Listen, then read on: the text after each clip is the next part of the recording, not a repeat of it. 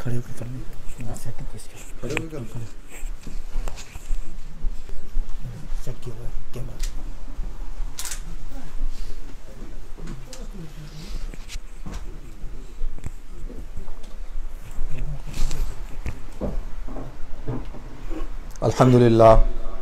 अल्हम्दुलिल्लाहि रब्बिल आलमीन वल आक़िबतु लिल मुत्तक़ीन वस्सलातु वस्सलामु अला अशरफिल अंबियाइ वल मुरसलीन व अला आलिहि व सहबिहि अजमाइन अम्मा बाद फ़ाऊज़ु बिल्लाहि समीउल अलीम मिनश शैतानिर रजीम बिस्मिल्लाहिर रहमानिर रहीम या अय्युहल्लज़ीना आमनू कुतिबा अलैकुमुस सियाम कमा कुतिबा अलल लज़ीना मिन क़ब्लिकुम लअल्लकुम तत्तक़ून सदक़ल्लाहुल अज़ीम क़ाला नबी सल्लल्लाहु अलैहि वसल्लम मन सामा रमज़ान ईमानन व इहतिसाबन गुफ़िर लहू मा तक़द्दम मिन ज़ंबिही औ कमा क़ाला अलैहिस्सलातु वस्सलाम। अल्लाहुम्मा सल्लि अला मुहम्मदिन व अला आलि मुहम्मदिन कमा सल्लैता अला इब्राहीम व अला आलि इब्राहीम इन्नका हमीदुम मजीद। अल्लाहुम्मा बारिक अला मुहम्मदिन व अला आलि मुहम्मदिन कमा बारकता अला इब्राहीम व अला आलि इब्राहीम इन्नका हमीदुम मजीद। रब्बि इश्रह ली सदरी व यस्सिर ली अमरी वहलुल उक़दतम मिन लिसानी यफ़क़हू क़ौली। मोहतरम हाज़िरीन कराम बुज़ुर्गान दीन अस्सलामु अलैकुम व रहमतुल्लाहि व बरकातुहू। सबसे पहले तो मैं हज़रत मौलाना सुहेल बाबा साहब का शुक्रिया अदा करता हूँ कि उन्होंने मुझे आप हज़रात से चंद बातें गुजारिश करने की सआदत अता फ़रमाई। और हज़रत मौलाना सुहेल बाबा साहब और मैं हमारा बड़ा पुराना ताल्लुक़ है, तकरीबन ऑलमोस्ट 35-36 साल पुराना ताल्लुक़ है। और मैं और ये जब बिल्कुल छोटे होते थे और कुरान हिफ्ज़ करते थे बिनूरी टाउन में, उस ज़माने से मेरा और हज़रत मौलाना सुहेल बाबा साहब का ताल्लुक़ है। और दुआ है अल्लाह ताला इस ताल्लुक़ को कायम व दायम रखे और हम सब का जो ताल्लुक़ है अल्लाह ताला इसको कायम व दायम रखे और कल हशर के मैदान में नबी करीम सल्लल्लाहु अलैहि वसल्लम के लिवाउल हम्द के नीचे हमें जगह अता फ़रमाए। अब मैंने चंद गुजारिशात पेश करनी है क्योंकि हज़रत मौलाना सुहेल बाबा साहब की कहा है कि उन्होंने कि आपसे कुछ बातें अर्ज़ करूं। रमज़ान मुबारक के हवाले से यकीनी तौर पे रमज़ान का महीना चल रहा है। इन नबी करीम सल्लल्लाहु अलैहि वसल्लम ने इरशाद फरमाया, इन्ना हाज़ा शहर लैसा कश्शुहूर, इस महीने को और महीनों की तरह मत समझो। इज़ा अक़बला इलैकुम अक़बला बिल बरकति वर रहमा, कि जब ये तुम्हारी तरफ मुतवज्जे होता है तो रहमत के साथ और बरकत के साथ मुतवज्जे होता है। वइज़ा अदबरा अन्कुम अदबरा बिल गुफ़रान ज़ुनूब, और जब ये तुमसे जुदा होता है तो तुम्हारे गुनाहों की मग़फ़िरत के साथ जुदा होता है। नबी करीम सल्लल्लाहु अलैहि वसल्लम ने इरशाद फरमाया, अव्वलु रहमा व औसतुहु मग़फ़िरा व आखिरु इत्कुम मिनन नार, कि पहला अशरा रहमत का है, दूसरा मग़फ़िरत का है और तीसरा इत्कुम मिनन नार का है। जिस अशरे में इस वक्त मैं और आप शामिल हैं कि अल्लाह ताला से दुआ है कि अल्लाह ताला मेरी और आपकी हम सब की मग़फ़िरत फ़रमाए। नबी करीम सल्लल्लाहु अलैहि वसल्लम ने रमज़ान मुबारक के हवाले से कई बातें, कई हिदायत दी हैं उम्मत को, और मैं चाहूँगा कि उन्हीं हिदायत को आपके सामने पेश करूँ। अल्लाह के रसूल सल्लल्लाहु अलैहि वसल्लम ने इरशाद फरमाया कि रुब्बा साइमिन लैसा लहू मिन सियामिही इल्लल जू, कि बहुत सारे रोज़ेदार ऐसे हैं सिवाय उनको भूखा रहने के कुछ हासिल नहीं होता। तो कहीं ऐसे हम भी तो ऐसे रोज़ेदार तो नहीं कि सिवाय भूखे रहने के हमें कुछ हासिल नहीं हो रहा। इसलिए क्यों कहा कि सिवाय भूखा रहने के उनको कुछ हासिल नहीं होता? इसलिए कि मल्लम यदा कौल ज़ूर वल आमिल बिही फलैसा लिल्लाहि हाजतुन अन यदा ताअम व शराबा, कि अगर रोज़ा रखने के बाद भी इंसान जो है वो गुनाह को ना छोड़े, झूठ बोलने को, ग़ीबत करने को ना छोड़े, तो फलैसा लिल्लाहि हाजतुन अन यदा ताअम व शराबा, तो अल्लाह ताला को तुम्हारी कोई ज़रूरत नहीं है कि तुम खाना पीना छोड़ो उसके लिए। देखें, रोज़े की हालत में अगर कोई आपसे कहे कि जी शराब पीना है तो आप कहेंगे यार कैसी बात कर रहे हो, गुनाह कबीरा है। कोई कहे कि ज़िना करना है, आप कहोगे तौबा तौबा, रोज़े में ऐसी बात। कोई कहे जुआ खेलना है या और कोई गुनाह की दावत दे तो आप किस तरह से तौबा तौबा करते हैं। लेकिन रोज़े की हालत में हम सब जब जमा होते हैं तो जमा होने के बाद हम ग़ीबत करते हैं, हम झूठ बोलते हैं, हम चुगलखोरी करते हैं और उसको कोई गुनाह ही नहीं समझते।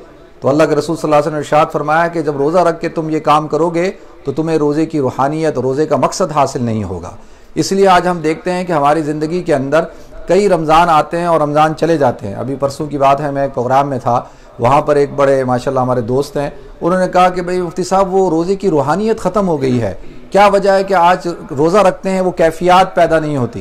तो मैंने कहा उसकी वजह यही है कि हम रोज़ा रखते हैं लेकिन रोज़ा रखने के बाद हमारी ज़बान जो है झूठ बोलने से, हमारे कान जो है हराम कारियाँ सुनने से, हमारे कदम, हमारे पाँव, हमारे दिमाग, हमारा तमाम आज़ा जो है वो अल्लाह की नाफरमानियों से तो रुकते नहीं हैं। तो आप मुझे बताएं रोज़े की कैफियत कहाँ से पैदा होगी, रोज़े की रूहानियत कहाँ से पैदा होगी, और रोज़ा जो है वो अपने असरात कैसे दिखाएगा। देखें अल्लाह के रसूल सल्लल्लाहु अलैहि वसल्लम ने इरशाद फरमाया कि देखो जो शख्स रोज़ा रखे और रोज़ा रखने के बाद वो गुनाहों को नहीं छोड़ता तो उसको रोज़ा उसको फ़ायदा नहीं पहुँचाता। इसी तरीके से रुब्बा क़ाइमिन लैसा लहू मिन सियामिही इल्ला सहर, कि बहुत सारे रोज़े रात को खड़े होने वाले ऐसे होते हैं कि सिवाय थकावट के उनको कुछ चीज़ हासिल नहीं होती। क्यों? कि वो कैफियत ख़त्म हो चुकी हैं। तो रोज़े का जो मकसद है कुरान पाक में अल्लाह रब्बुल इज़्ज़त ने इरशाद फरमाया लअल्लकुम तत्तकून, ताकि तुम मुत्तकी बन जाओ।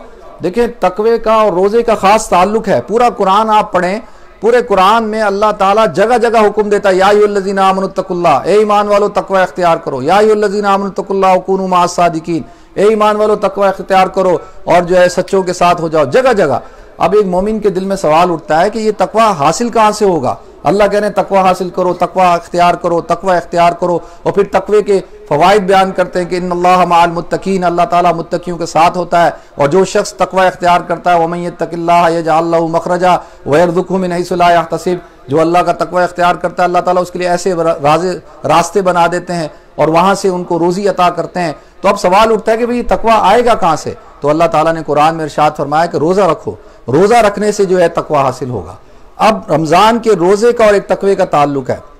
मैंने कोई बड़ी तकरीर नहीं करनी, ये इस बात पर इंशाअल्लाह मैं ख़त्म करूँगा, आप हज़रात भी थके हुए हैं। कुरान कहता है कि रोज़ा रखो और रोज़ा रखने से तुम मुत्तकी बनोगे। अब देखें तकवा और रोज़े का एक ख़ास ताल्लुक है। तकवा, अल्लाह के रसूल सल्लल्लाहु अलैहि वसल्लम से पूछा गया तकवा क्या चीज़ है, आपने फरमाया तकवा हाउना। तकवा कहाँ होता है? आपने इशारा किया तकवा हाउना। तकवा जो है कहाँ होता है? दिल के अंदर होता है। तमाम की तमाम इबादतों की एक सूरत मौजूद है। हमने नमाज पढ़ी, इसकी एक सूरत है। हम ज़कात देते हैं, उसकी एक सूरत है। हम हज करते हैं, उसकी एक सूरत है। हर रुकुन की, हर अमल की एक सूरत है। लेकिन रोज़े की कोई सूरत नहीं है, रोज़े की कोई शक्ल भी नहीं है। किसी को क्या पता कि इसका रोज़ा है नहीं है। आप देखें कि एक छोटा सा बच्चा रोज़ा रखता है और उसकी माँ उसको कहती है कोई बात नहीं बेटा, अब तुम छोटे हो, तुम इफ्तार कर लो, खा लो। कहता है नहीं मेरा रोज़ा है। और उस बच्चे को भी जो है पता है कि मैं किचन में जाता है पानी नहीं पीता। आप वुज़ू कर रहे होते हैं, सख्त प्यास लग रही होती है, कुल्ली करते हैं, पानी जो है मुंह में घुमा रहे होते हैं, लेकिन हलक के नीचे नहीं लेके जाते। कोई आपको नहीं देख रहा, कोई आपको नहीं देख रहा है सिवाय अल्लाह के। आप कहते हैं नहीं मैंने नहीं पीना, मुझे प्यास लग रही क्योंकि मेरा रोज़ा है। हर वक्त, चाहे आप कमरे में हैं, चाहे आप मजमे में हैं, चाहे आप बाजार में हैं, चाहे आप मस्जिद में हैं, आप इस बात का ख्याल रखते हैं कि भाई मेरा रोज़ा है, मेरा रोज़ा ना टूट जाए।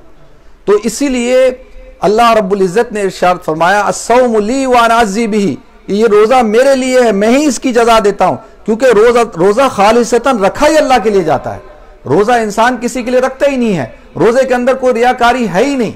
तो लिहाजा अब जो तकवा है, तकवा किस कैफियत को कहते हैं कि आप हर आन हर घड़ी आप मजमे में हैं, आप देखें कि जी आप सोच रहे हैं मेरा अल्लाह मुझे देख रहा है, मैंने कोई नाफरमानी नहीं करनी। मजमे में तो ये होता है कि लोग क्या कहेंगे, लेकिन अगर आप कमरे के अंदर हैं तो आप नाफरमानी नहीं कर रहे, क्योंकि भाई मेरा अल्लाह मुझे देख रहा है। तो आप हर जगह बाजार में हैं, मस्जिद में हैं, घर में हैं, मजमे में हैं, कमरे में, जहां पे भी हैं, आपको ध्यान नसीब होता है कि मेरा अल्लाह मुझे देख रहा है, मैंने अल्लाह की नाफरमानी नहीं करनी। और यही तकवा है और इसी को तकवा कहते हैं।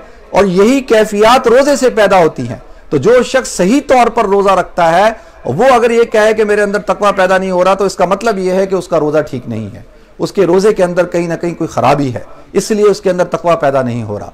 तो लिहाजा रोजे के बारे में इसलिए अल्लाह ताला ने इरशाद फरमाया कि वाना अज़्ज़ी बिही, एक हदीस में आता है वाना उज़्ज़ा बिही, कि मैं ही उसकी जजा देता हूं। इसका क्या मतलब है? मतलब यह है कि रोजा सिर्फ और सिर्फ अल्लाह के लिए रखा जाता है। तमाम आमाल की जजा फरिश्ते देंगे, लेकिन रोजे की जजा अल्लाह रब्बुल इज़्ज़त खुद अता करेगा। और एक जगह वाना उज़्ज़ा भी जो कहा, इसका मतलब यह है कि मैं अपना आप उसको दे देता हूं। कहते हैं लिस्साइमी फरहतान, कि रोजेदार के लिए दो खुशियां हैं। फरहत इंदा इफ्तारी, एक खुशी है इफ्तार के वक्त कि उसको खुशी नसीब होती है। हमें किस बात की खुशी नसीब होती है इफ्तार के वक्त? भाई पकोड़े होंगे, समोसे होंगे, तरबूज होगा, माशाल्लाह आज जो है वो अकनी होगी और दाल चावल होंगे और ये सारी चीज़ें होंगी। एक खुशी मिल रही होती है ना कि भाई भूखा प्यासा रहने के बाद खाना मिलेगा, खाना खाएंगे। लेकिन हकीकतन मोमिन वो होता है, उसको इफ्तार के वक्त वो खुशी मिलती है कि उसने अल्लाह के हुक्म को पूरा किया, देखें, जब आपके ऊपर कोई जिम्मेदारी डाली जाती है, आपके ऊपर कोई ड्यूटी, या आप अपनी जॉब को सही तौर पे करते हैं, अपनी जिम्मेदारी को, रिस्पॉन्सिबिलिटी को अदा करते हैं, तो आपको खुशी महसूस होती है कि भाई मुझे जो काम दिया गया था वो काम मैंने कर लिया। आपको इत्मीनान होता है, आपको खुशी होती है। तो इसी तरह से रोजेदार जब रोजे को पूरा करता है तो उसको इस बात की खुशी होती है कि अल्लाह रब्बुल इज्जत ने मुझे जो हुक्म दिया था, मैंने अल्लाह के हुक्म को पूरा कर लिया, तो लिहाजा अल्लाह के हुक्म के पूरा करने की खुशी और मुसरत उसको महसूस होती है। इसीलिए फरमाया कि रोजेदार को अल्लाह ताला रोजेदार की हर रोज में एक दुआ कबूल करते हैं, और वो दुआ रोजे के वक्त, इफ्तार के वक्त में कबूल होती है, क्योंकि इफ्तार के वक्त में उसने अल्लाह के हुक्म को पूरा कर लिया होता है। तो अल्लाह ताला कहते हैं ठीक है, अब जो तूने मांगना है मांग, मैं तुझे देता हूं। तो लिहाजा हमारा जो इफ्तार का वक्त होता है ज्यादातर वो किस में गुजर जाता है? इफ्तारी की तैयारी में गुजर जाता है, मशगूलियत में गुजर जाता है। तो लिहाजा वो इंतहाई मुबारक वक्त होता है कि उस वक्त के अंदर अपने आप को दुआ में लगाएं। आखिरी बात क्या अल्लाह ताला ने इरशाद फरमाया कि जो रोजेदार को दो खुशियां हैं, फरहतु इंदा इफ्तारी व फरहतु इंदा लिकाई रब्बिही, और दूसरी खुशी उसको जब हासिल होगी जब वो अपने अल्लाह से मिलेगा। देखें, जब इंसान अल्लाह के लिए खाने पीने को छोड़ता है तो अल्लाह ताला कहता है फिर ठीक है, जब तेरी मेरी मुझसे मुलाकात होगी तो उस दिन मैं तुझे खास खुशी अता फरमाऊंगा। इसलिए अल्लाह ताला ने रोजेदारों के लिए जन्नत के अंदर एक मखसूस दरवाजा बना दिया जिसका नाम है रैयान। इन्न फिल जन्नति बाबुन इस्मुहा रैयान यदखुलु मिनहु साइमून, कि एक ऐसा दरवाजा है जिसका नाम है रैयान, वहां से सिर्फ और सिर्फ रोजेदार दाखिल होंगे, उनके अलावा कोई भी दाखिल नहीं होगा। और अल्लाह रब्बुल इज्जत अपना दीदार कराएंगे, अपनी मुलाकात करवाएंगे रोजेदार को। क्यों? अल्लाह कहते हैं इसने मेरे लिए खाने और पीने को छोड़ा। तो ये बहुत बड़ा एजाज है रोजेदार के लिए। तो रोजादार असल में, रोजा एक ऐसी इबादत है जिसके अंदर महबूबियत है, जिसके अंदर अल्लाह की मोहब्बत है कि हम अल्लाह के लिए क्या करते हैं, खाने और पीने को छोड़ देते हैं। तो आखिरी बात ये अर्ज करनी है कि देखें, रमजान गुजर गया, आखिरी अशरा चल रहा है। अल्लाह के रसूल सल्लल्लाहु अलैहि वसल्लम के बारे में हज़रत अम्मा आयशा सिद्दीक़ा रज़ी अल्लाह तआला अन्हा इरशाद फरमाती हैं, यज्तहिदु फिल अश्रिल आखिर मा ला यज्तहिदु फी गैरिही, कि अल्लाह के रसूल सल्लल्लाहु अलैहि वसल्लम अशरा आखिर के अंदर इतनी मेहनत किया करते थे कि पूरे रमजान में नहीं करते थे। और पूरे रमजान में भी सहाबा कहते हैं, हज़रत अबू ज़र ग़िफ़ारी रज़ी अल्लाह तआला अन्हु कहते हैं कि जब रमजान खत्म होने में 7 दिन रह गए, अल्लाह के रसूल सल्लल्लाहु अलैहि वसल्लम ने हम सबको जमा किया और एक रात जो है नमाज पढ़ाई, 1/3 रात तक नमाज पढ़ाते रहे। फिर दूसरी रात जमा किया, फिर जो है आपने पूरी आधी रात नमाज पढ़ाई। तो साहबा कहने लगे, या रसूल अल्लाह कितना अच्छा होता कि आप पूरी रात नमाज पढ़ाते। तो अल्लाह के रसूल सल्लल्लाहु अलैहि वसल्लम ने इरशाद फरमाया कि देखो, जो शख्स इशा की नमाज जमात के साथ पढ़ता है और फजर की नमाज जमात के साथ पढ़ता है, उसको पूरी रात इबादत का सवाब मिलता है। ये अल्लाह के रसूल सल्लल्लाहु अलैहि वसल्लम ने इस मोहब्बत का इजहार इस उम्मत के लिए किया। वरना ये कह देते हाँ भाई पूरी रात पढ़ेंगे, तो बताएं आप और मैं पढ़ सकते थे पूरी रात? कहां पढ़ते? हमें तो तरावियों में थकावट हो जाती है। तो लिहाजा अल्लाह के रसूल सल्लल्लाहु अलैहि वसल्लम ने इरशाद फरमाया, तहर्रौ लैलतुल क़द्र फी वित्र अश्र आखिरी रमज़ान, कि लैलतुल क़द्र को तलाश करो रमजान के आखिरी अशरे की ताक रातों के अंदर। और जो है हजरत आयशा सिद्दीक़ा रज़ी अल्लाह तआला अन्हा फरमाती हैं कि अल्लाह के रसूल सल्लल्लाहु अलैहि वसल्लम खास तौर पर रमजान के महीने में आखिरी अशरे के अंदर शद्द मीज़रहु, अपनी लुंगी को कस लिया करते थे, वाइकदा अहलहु, खुद भी जागते थे और अपने घर वालों को भी जगाते थे। तो थोड़े से दिन रह गए हैं, इन दिनों को कीमती समझें और जितनी ज्यादा इबादत कर सकते हैं करें, अल्लाह को राजी करें। और खास तौर पर यह अशरा जो है मगफिरत का अशरा है। देखें, मैं और आप हम सब बड़े गुनाहगार हैं। ये अल्लाह रब्बुल इज़्ज़त का फजल है। अल्लाह ने सत्तारी का मामला किया हुआ है कि मेरे अयूब और मेरे गुनाह जो है वो पोशीदा है। हम सब गुनाहगार हैं। कुल्लुकुम खत्ताऊन व खैरुल खत्ताईन अत-तव्वाबून, कि तुम सब गुनाहगार हो, लेकिन गुनाहगारों में भी सबसे बेहतर गुनाहगार वो है जो तौबा करने वाला है। तो ये अशरा जो है तौबा का अशरा है, मगफिरत का अशरा है, अपने आप को जहन्नम से बचाने का अशरा है। और इसके अंदर हम जितनी दुआएं मांग सकते हैं मांगे। और खास तौर पे अल्लाहुम्मा इन्नका अफ़ुव्वुन करीम तुहिब्बुल अफ़्व फ़अफ़ु अन्ना या करीम, अल्लाहुम्मा अजिरना मिनन नार या मुजीरु या मुजीरु या मुजीर। और इफ्तार के वक्त या वासिअल फ़ज़्ल इग़फ़िरली, ए वसी फजल वाले तू हमारी मगफिरत फरमा। तो ये चंद दिन रह गए हैं। देखें, आखिरी बात, कितने हमारे अजीज़ व क़ारिब थे, दोस्त अहबाब थे। मेरा जवान कज़न जिसकी उम्र 38-39 साल होगी और जो है बीमार हुआ, विदिन 2 मंथ्स जो है उसका इंतकाल हो गया। कितने हमारे दोस्त अहबाब इस दुनिया से चले गए जो पिछले रमज़ान में हमारे साथ थे, लेकिन इस रमज़ान में नहीं। पता नहीं अगला रमज़ान हमें नसीब हो ना हो। तो लिहाजा इसको आखिरी रमज़ान समझकर, आखिरी अशरा समझकर, आखिरी अय्याम समझकर इंशाअल्लाह हम अल्लाह को राज़ी करेंगे, अपने गुनाहों की मग़फ़िरत तलब करेंगे, तो इंशाअल्लाह अल्लाह ताला ज़रूर हम सबको माफ़ फरमाएगा। व आखिरु दावाना अल्हम्दुलिल्लाहि रब्बिल आलमीन।